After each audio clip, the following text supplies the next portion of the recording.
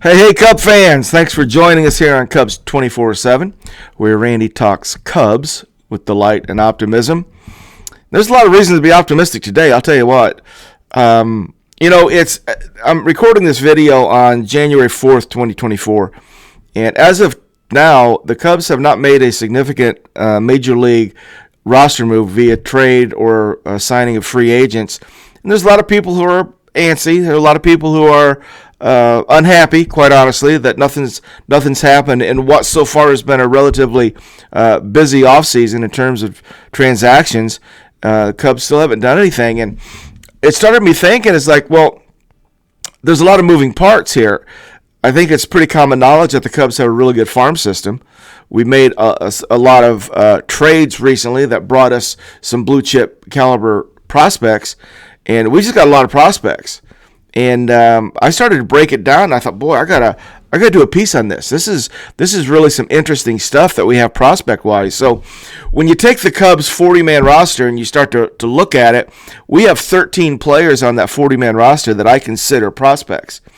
And so you've got the group of your everyday guys. You've got Dansby and Nico. You've got Jan and Miguel, Hap and Seiya, and then next, you probably have Madrigal, Mastroboni, P. Wizzy, that group who are really not prospects. But then you have a list of young guys that I consider to be prospects. We have 13 players on the 40-man roster that I consider prospects. And it's Michael Arias, it's Brennan Davis, who at one time was the Cubs' number one prospect, Luke Little, Porter Hodge, our number one prospect, Pete Crow Armstrong. He's still, in my mind, a prospect. Kevin Alcantara, Ben Brown, Jordan Wicks, Matt Mervis, still a prospect to me. Alex Canario, Luis Vasquez, Caleb Killian, and Bailey Horn. Those are 13 guys that are on the 40-man roster that, to me, they're still prospects. And how those shake out and how available are they for Jed and the guys to consider moving them? There's a lot of moving parts. So I wanted to look at what do we have in true prospects. And what I'm talking about is prospects who are not on the 40-man roster. So I made a quick list for us. And some good dudes here. I mean, there's some talent in this list. I got 6 guys, all intriguing. 6 extremely intriguing Cub prospects. They fit into this category. They are not on the 40-man roster, but they are ranked high within the Cub organization, and in a lot of cases, they're ranked in the top 10 overall. So here's 6 what I call true prospects, not on the 40-man roster, that I think are it's a very entertaining look. So let's kick back. Let's talk Cubs prospects. First prospect we're going to talk about is Cade Horton. Cade is the number 2 prospect with the Cubs, behind PCA. He is number 3 ranked right-hand pitcher in the MLB prospect list, and he's in the top 100 at 29th overall. So Cade Horton is highly rated. He finished and pitched in 2023 with the Smokies, and he went 4-4, 21 starts, had an ERA of 2.65 and a 1 even whip. Cade Horton is 22 years old, 6'1", 211, with an ETA of 2025. He was 7th overall draft pick, signed $4.45 million, and played at Oklahoma. He was a two-way player at Oklahoma. Played third base, pitched primarily a third baseman. And I think one of the reasons that Cade Horton has an ETA of 25, even though he's 22 years old and he's this highly rated, is I think he's gotten a late start as a pitcher. He played third base at Oklahoma and had Tommy John surgery, came back from that. So he's been pushed back, I'd say, at least 2 years in his development. But he's got a plus fastball. He's got a good curve, average curve, plus slider, and a changeup that needs to get better, decent control. and at this point he's trying to add a cutter. His fastball tops out 98. So it's the pitch mix that you would think that a guy like that would have. And when I watch Cade Horton, I've watched quite a bit of it. Sometimes you watch a guy and another player pops into your head just based on what he looks like. And I got two pictures that popped into my head when I was watching Cade Horton here recently. And the first one is Andy Bennis. And Cade looked like Andy Bennis did when Andy exited the mound. I know that maybe you guys didn't see that, but I had an opportunity to see Andy Bennis pitch live, and I was, 25 rows up above the third base dugout. And when Andy finished an inning, he came walking off, sort of walking straight toward me. And I just remember it vividly. He's a bad dude. Andy Bennis walking off the mound after just, probably striking the side out, just came off with this presence that I noted in my mind. I was like, that guy's he thinks he's the baddest dude in the stadium. And when you watch Cade Horton walk off the mound, he looks like Andy Bennis did. Has that confidence. It was the way he strutted. It wouldn't be a strut, just the way he moved very confidently reminded me of Andy Bennis. On the mound, his release, his size, his release, and he's got a little bit of that flinch that Clemens had. So when I see his delivery, I go, that's a little Clemens-like. Now, obviously, I'm not talking about comparing Cade Horton's production or, what. I'm not going to do that. I'm just saying that's what he looked like, to give you guys kind of a visual. So Cade Horton looks the part, and it's going to be really fun to watch Cade Horton, what he does this year.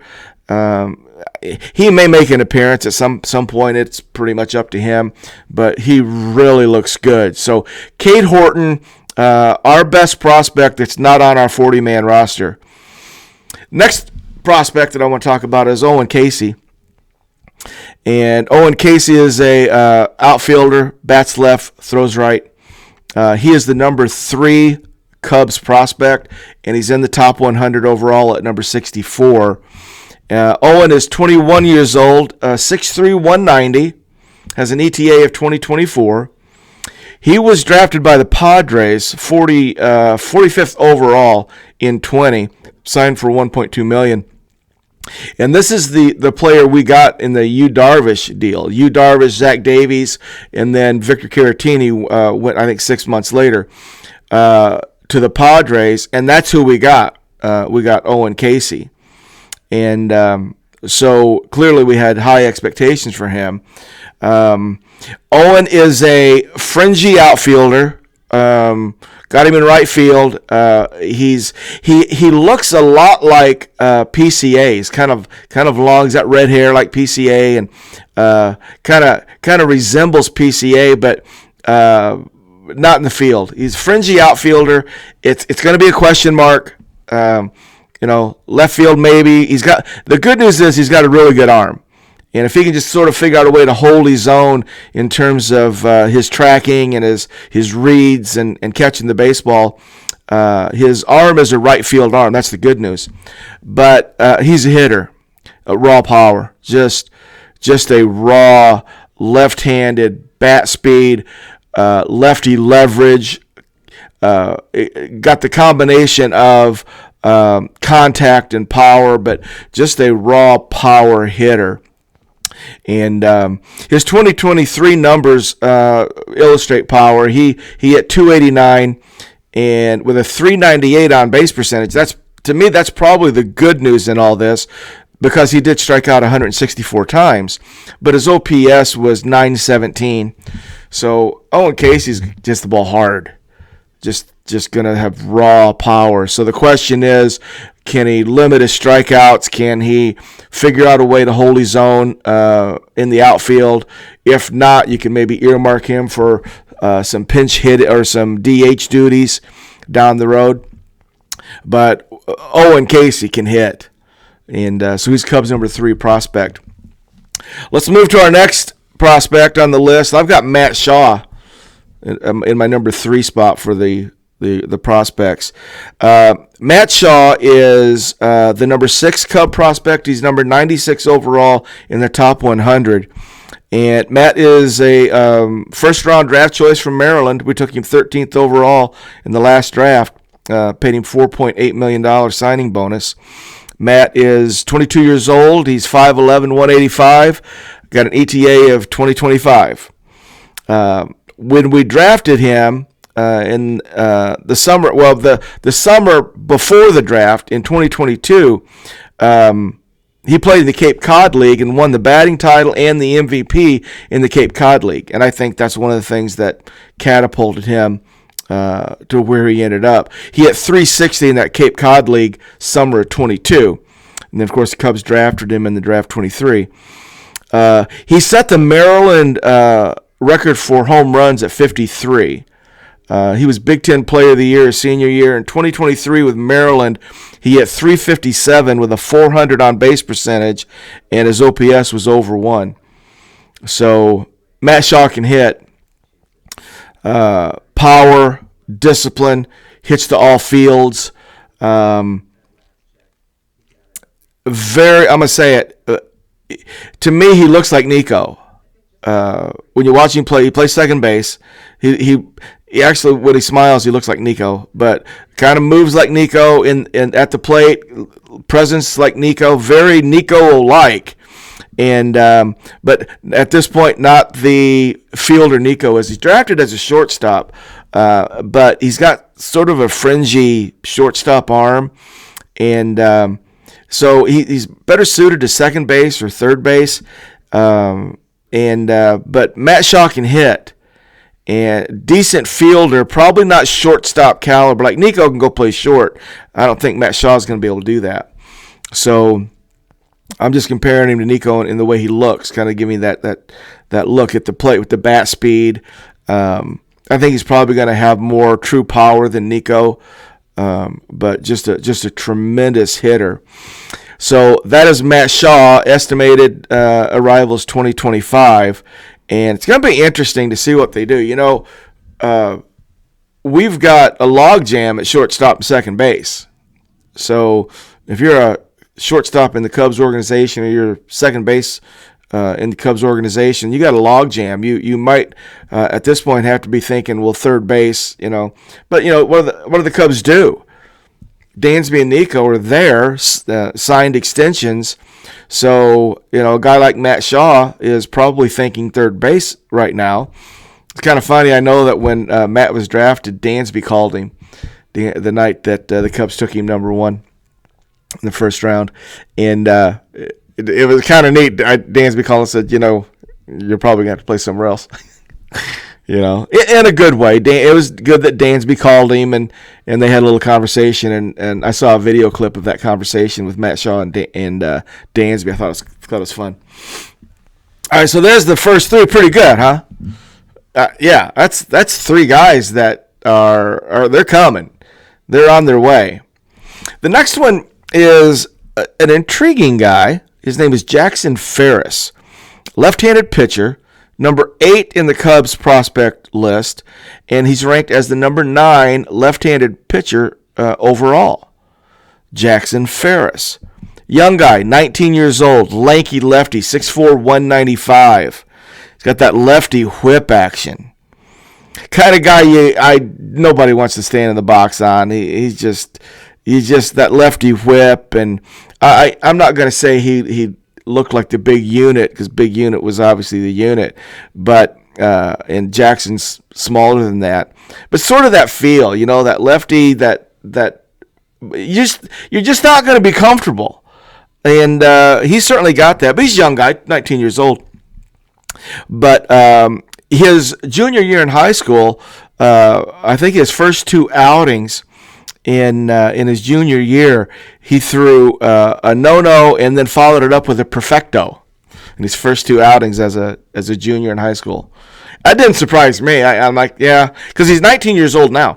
You know, could you imagine him doing that? And, you know, you're a high school hitter and you got to face that kind of nasty? Nah, no thanks. No thanks. He's got a plus fastball. 92 to 95, can peak out at 97, and it's got carry. His fastball's got carry. The stuff that I saw, it looked like it would carry up and into a righty. Didn't really look like it had that nasty tail off, but it had carry up and in to a righty. He's got a plus curveball too. He's got one of those Drew Smiley 12 to 6 curveballs. 78 mile an hour, 75 to 78 mile an hour curveball. He can go 12 to 6 on it. That's not fair. I don't want to hit that. He's got a mid-80s change that fades. Well, okay. Nasty lefty with a big lefty whip. 95 miles an hour with carry up and into a righty. Got a curveball that he can go 12 to 6 or sweep. And he's got a mid-80s changeup that fades. What's the problem? Command. We know it's going to be command at this point. If it wasn't command, we'd already see him on the mound at Wrigley. But he's not at Wrigley just yet. He's got a little bit of work to do. Estimated time of arrival for Ferris, Jackson Ferris, is 2026. But wow, let's keep our eyes on this kid. Just really, if he can find it, if he can command it, his stuff is already there. It's some nasty stuff. So Jackson Ferris. Our next prospect is James Triantos. James is the Cubs' number 9 overall prospect, and he is number 5 overall second baseman, which, number 5 overall, yeah, James Triantos. So James was a second-round draft pick in 21, signed for $2 million with the Cubs. He's a 20-year-old, so he's still young. Righty, second baseman. And James Triantos became, I think, famous, and is the first time I remember hearing news of James Triantos. He had pitched in the Virginia State High School Class 6 title game. And he'd won that. He pitched a complete game shutout. And he struck out 12, and he hit a homer. So that's pretty much dominating your high school state championship game. So that's when I first heard of James Triantos. And so he's got an ETA of 2025. And he had a 970 on-base percentage his first year, but then last year it dropped to a 970 OPS in his first year. That dropped to a 721 last year. And he's starting to have some defensive struggles. At the plate, he's the scouts compare him. I didn't. The scouts are to Bregman and David Wright, how he looks at the plate. He's got, we'll call it average pop, but more contact. Played third base, but defensively it's kind of been a struggle. So I think when the Cubs drafted him, they were thinking more third base, but they got him playing more at second base now. So it's not coming easy for James in the field as much as it is with the bat in his hands. So that's James Triantos. Our last prospect that I want to talk about is somebody you might not have heard of yet, but this guy's very interesting. His story is one you just don't hear very much of, and I'm talking about Hayden McGeary. Hayden is spelled Haydn, McGeary, Mcgeary, and he is the Cubs' number 17 prospect. He is the number 6 overall first base prospect. Side note, Matt Mervis is ahead of him at number 5. So Hayden McGeary, righty, 24 years old, 6'4", 235. I'm going to give you some numbers. And, you're going to say, yeah, but I'm going to give you some numbers. I'll give you the yeah, but first. It was Division II.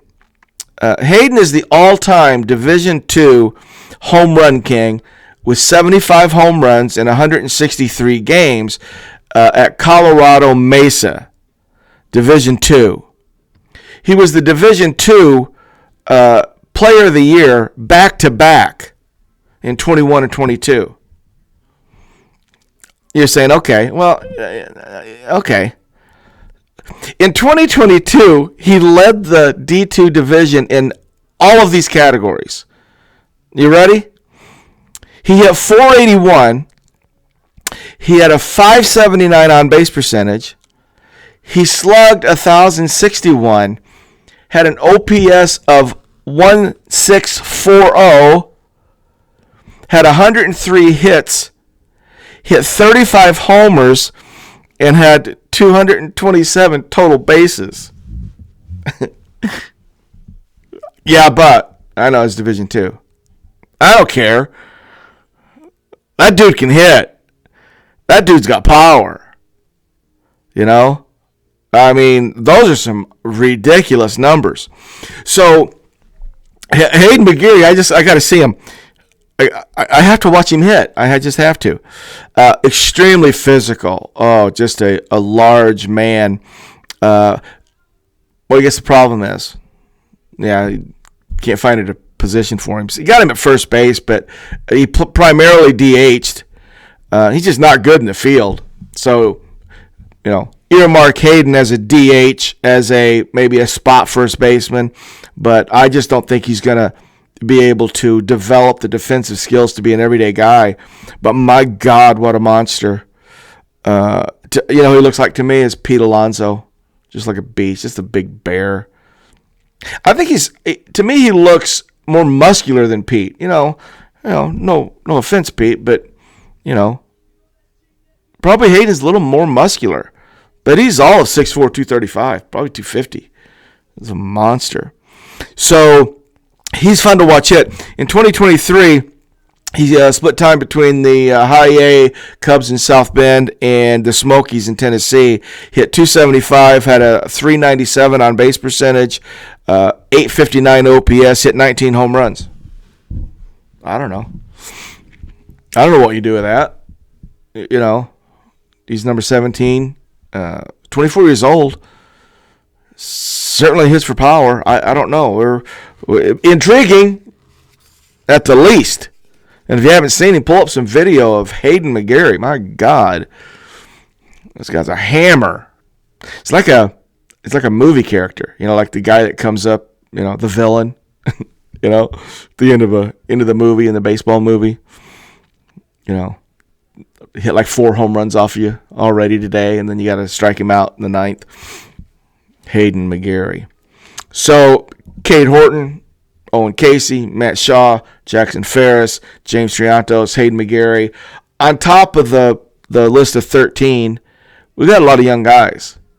And young guys like that, a lot of times you go, well, we traded for them in many cases. We drafted them to do different things, and they're puzzle pieces.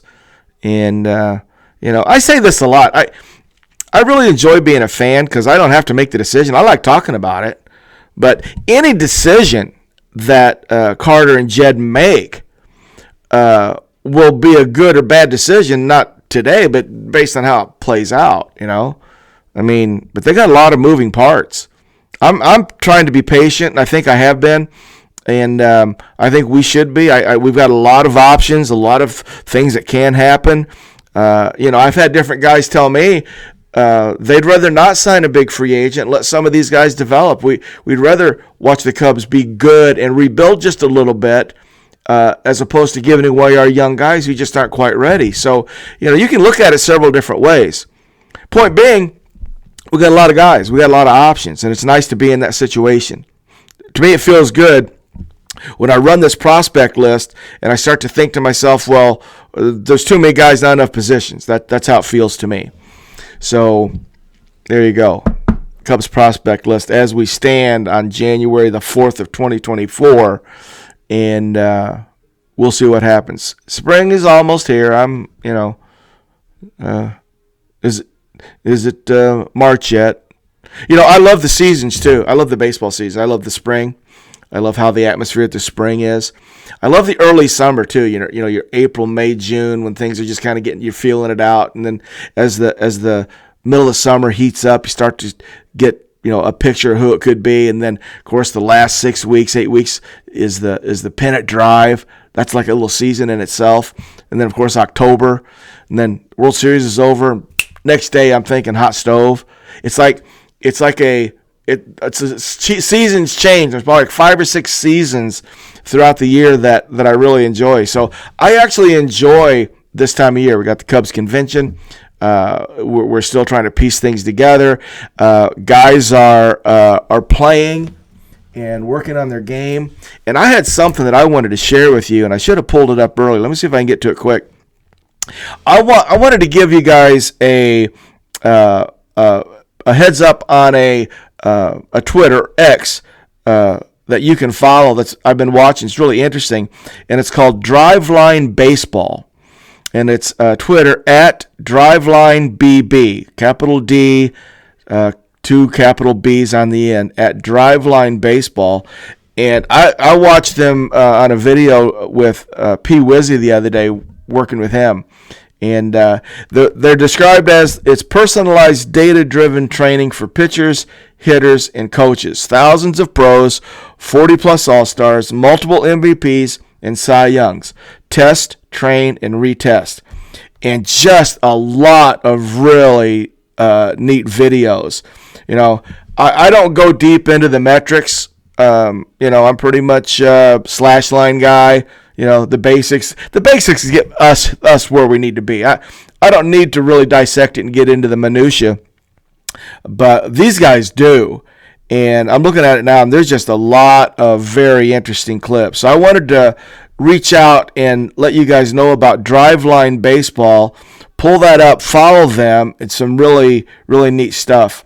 And the piece I was watching on P. Wizzy, it looked really good. It's like, you know, P. Wizzy, at this point, we're still tweaking the swing. Yeah, it's hard to hit a major league pitch. And that's the thing. They do pitchers too. You know, it's like you're a major league hitter and you're trying to figure out a way to get just one little speck of an advantage. Meanwhile, the pitcher's doing the same thing, trying to figure out how to get you out. It is an interesting dynamic, isn't it? The game, the pitchers are constantly trying to figure out how to get you to swing and miss, and you're constantly trying to figure out how not to. And the margin for error on both sides is so razor thin. It's just such an amazing game that it's that close. The battle between the pitcher and the hitter is so close. And when I watch these Driveline videos and see just how they're talking about release points and angles, and they're in the minutia of it, and just kind of incredible. So Driveline Baseball, give them a look, give them a follow, and I think you'll like it. All right, that's it. I'm tired of talking to you. I'll let you go, and I'll see you the next time something pops into my head, and I'll put it together. In the meantime, go Cubs go.